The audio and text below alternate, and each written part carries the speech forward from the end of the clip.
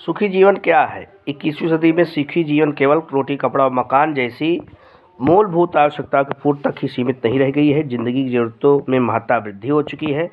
पौष्टिक, स्वादिष्ट भोजन, अच्छा मकान, उसकी साज सज्जा का सामान, आवागमन एवं संचार के साधन, शिक्षा तथा चिकित्सा की व्यवस्था, मनोरंजन के साधन और पारिवारिक और सामाजिक जिम्मेदारियों का निर्वाह करना आवश्यक हो गया है।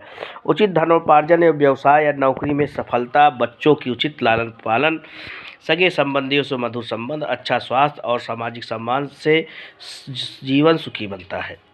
जिम्मेदारियों और आवश्यकताओं की पूर्ति के लिए मनुष्य को जिंदगी में विभिन्न परिस्थितियों, अनेक समस्याओं और चुनौतियों से जूझना होता है। इसके लिए सबसे आवश्यक है बुद्धिमत्ता सबसे आवश्यक चीज़ है, जिससे सभी समस्याओं का हल निकाला जा सकता है।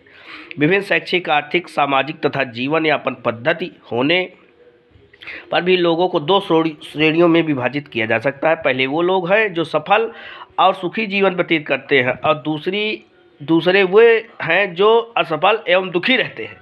प्रथम श्रेणी के लोग अपने कार्यों को सोच समझकर, योजना बनाकर, पूर्ण निष्ठा से प्रबंध कौशल का उपयोग कर पूरा करते हैं, जबकि दूसरे श्रेणी के लोग अपने कार्यों को बिना सोचे समझे दूसरों की देखा देखी तुक्के में बिना पूर्ण निष्ठा व प्रबंधन के अंजाम देते हैं, जिससे उन्हें असफलता हाथ लगती है। तो यदि हम दोनों श्रेणियों के व्यक्तियों की समुचित आकलन करें तो स्पष्ट तो ये हो जाएगा कि यह बुद्धिमत्ता ही है जो पहली श्रेणी के व्यक्तियों को दूसरी श्रेणियों के व्यक्तियों से अलग करती है।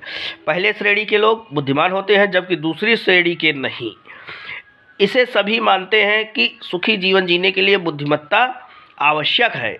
इसके बिना सुखी जीवन का कल्पना ही नहीं की जा सकती। अगर हमारे पास बुद्धि नहीं है तो हम सफल जीवन नहीं जी सकते हैं। सामंजस्य बुद्धि की परिभाषा अगर कहा जाए कि सामंजस्य करने की क्षमता ही बुद्धि है, तो कोई वो नहीं है। और तुलसीदास ने एक चौपाई में कहा है, जहाँ सुमति तहाँ संपत्ति नाना, जहाँ कुमति तहाँ विपद निधाना, कि सुबुद्धि होने पर भी सभी प्रकार का सुख और समृद्धि होती है, किंतु जहाँ कुमति और दुर्बुद्धि होती है वहाँ हर तरह के संकट होते हैं। इसका अर्थ यह भी है कि जहाँ कहीं भी परेशानियां हैं तो वहाँ बुद्धिमत्ता की कमी है। अगर परेशानियां हैं तो उसको बुद्धिमानी से हल निकाला जा सकता है। अगर आप बुद्धिमानी से हल नहीं निकाल सकते हैं या बुद्धि आप अपना सामंजस्य नहीं बैठा पा रहे हैं तो आप संकट में पड़ जाएंगे।